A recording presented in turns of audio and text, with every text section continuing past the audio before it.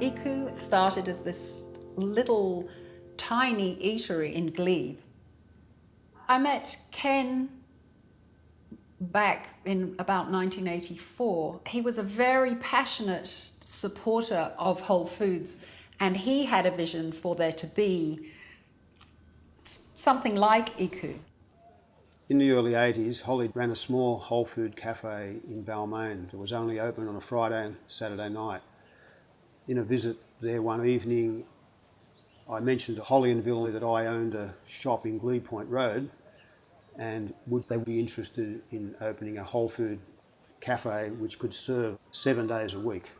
We were inspired by the difference that Whole Foods had made to us, and we wanted to pass that on to other people.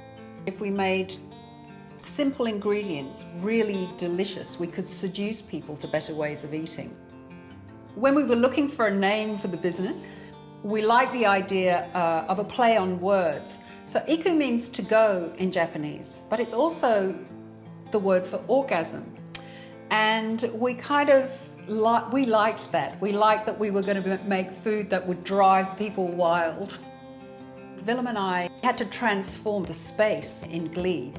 It was an extraordinary experience working on the building and creating something simple but beautiful that drew people in. We opened the doors and we weren't sure if people were going to come or not. And in fact, we were amazed by the number of people who came rushing through the door.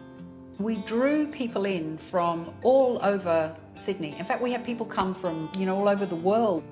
We got customers who brought their mothers, their brothers, their great aunts, and they brought them because they were excited about it. And then those people became our customers.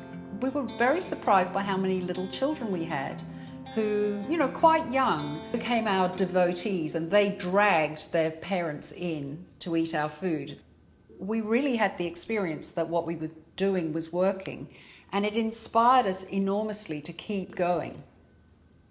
Over those first 5 or 6 years, we managed to make some things that clearly people loved.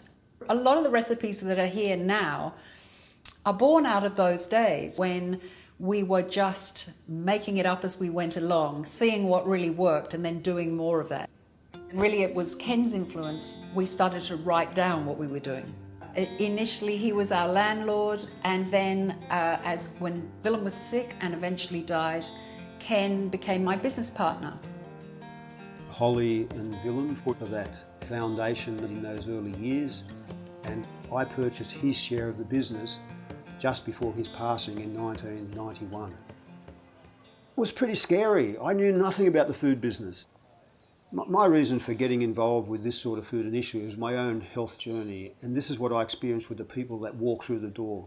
A lot of people are recommended by health practitioners, they are recommended by doctors, that eating at our place helped turn their life around. Iku grew gradually, and at the point that I sold the business in 1997, since then Ken has taken the business and grown it to be a much bigger thing, and many more people now have access. The motivation behind growing Iku was to make this food more available to people.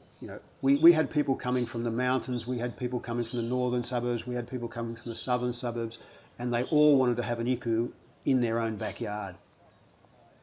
One of the things that drives me with Iku is the enthusiasm from the customers.